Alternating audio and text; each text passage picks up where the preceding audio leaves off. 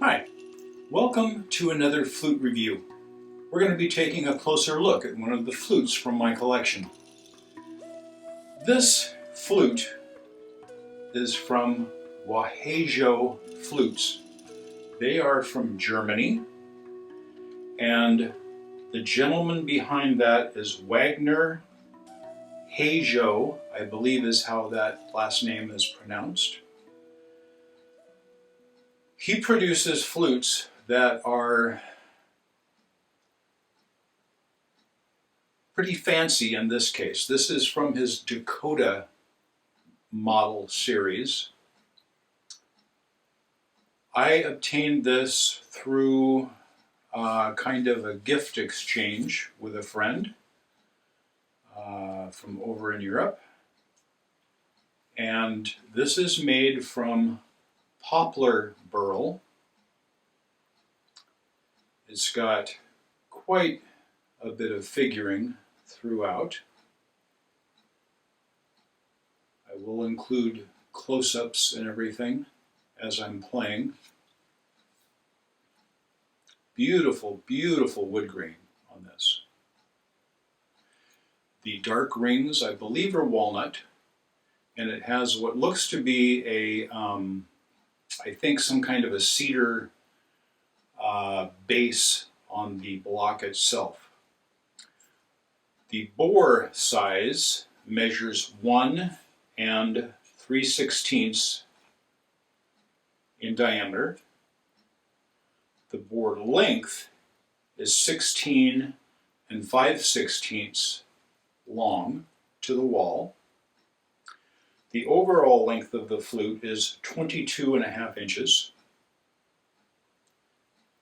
The wall thickness, it tapers at the very foot end. It kind of tapers down on the outside, but as near as I can measure, it's about a 3/16 inch wall thickness when it gets up here into the normal wall thickness where the finger holes would be, for example.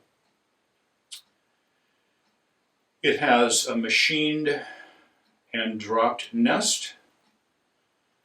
There is no chimney on the block, which is kind of an eagle-shaped block, eagle head. Very, very nice, simple design. The face of the block kind of angles back a little bit from the true sound hole. The true sound hole measures 3/16 wide, 1/4 inch long. The flue is in the bottom of the block. The mouthpiece is a very nice, elegant taper. The breath hole is tapered also. It gets a little more opened as it comes out to the edge of the mouthpiece. The narrowest part of the mouthpiece breath hole is 1/4 inch in diameter. It opens up out here to almost 3/8 at the very edge, but it tapers down pretty quickly there. This is a one-piece solid bore construction, and I believe the wall is created by boring and stopping, and then I believe he adds the mouthpiece as a separate plug type joint up here, or a tenon type joint. Beautiful, beautiful workmanship.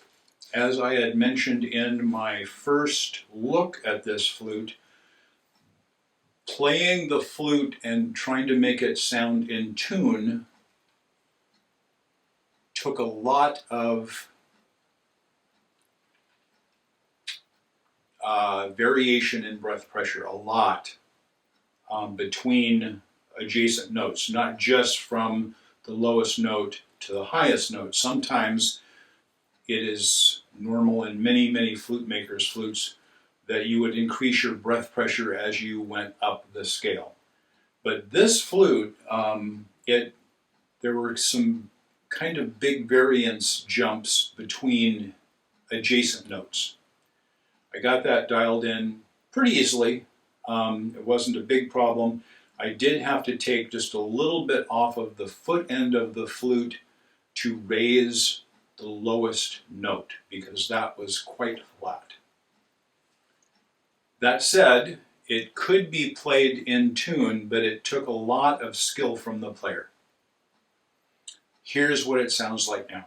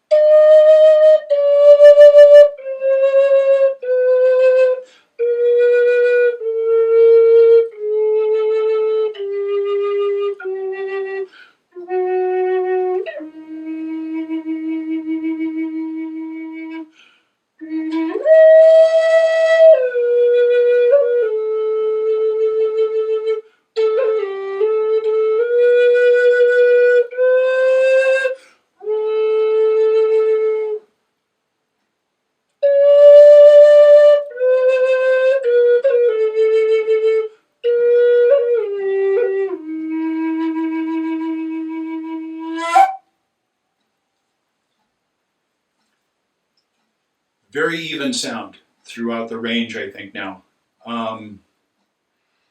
The top note, I didn't want to increase that because it's sitting kind of high up on the bore.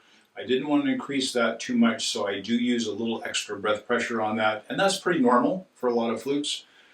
Being a larger bore than I think many E flutes, this is in the key of E minor, by the way, in the 4th octave on a piano.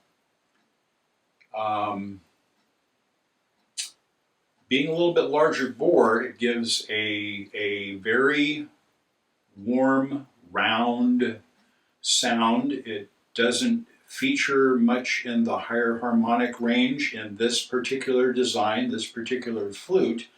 Poplar is kind of a, it's known as a hardwood, but it's a softer hardwood. And that might help contribute to some of the warmth in the tone. It's a beautiful playing flute now, and I do love the sound of it.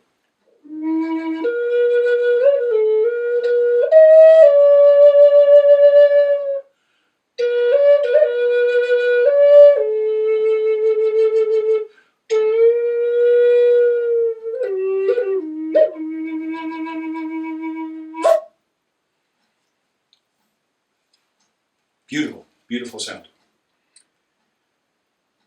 So, Wahajo Flutes out of Germany, well worth looking into. They do seem, when I looked at their site and everything, and I will include information down in the description box below this video, I will include all the measurements and details about the flute along with website and contact information if you are interested.